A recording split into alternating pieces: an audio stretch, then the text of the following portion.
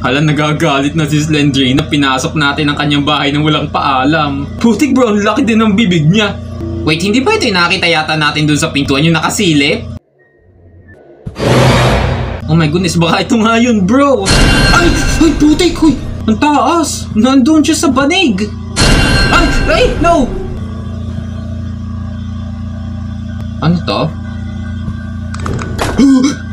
Putik bro, napaka-sinister ng tingin nitong picture na to. Who's this? Naku, parang tinitingnan niya ang ating kaluluwa. Ay! No! Kakatakot, ayoko na. Let's... Oh!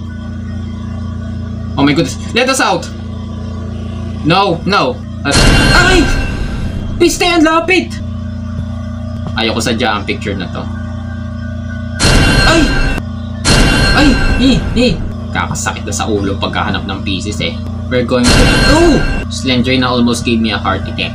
Oh, ito. Bumalik na naman tayo. Second floor. Where's the last piece?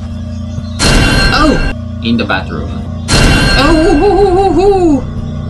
Ang putik, ang dami nating inikot na kwarto na hindi nilang pala. Adoy. Okay. Kompleto na. Pasuko na ako eh. Alright. We're back in the cellar, guys. Bit gantong itsura ng cellar para kakatakot niya yun. Hoy! Putik, hoy! Sinaraduhan tayo din eh.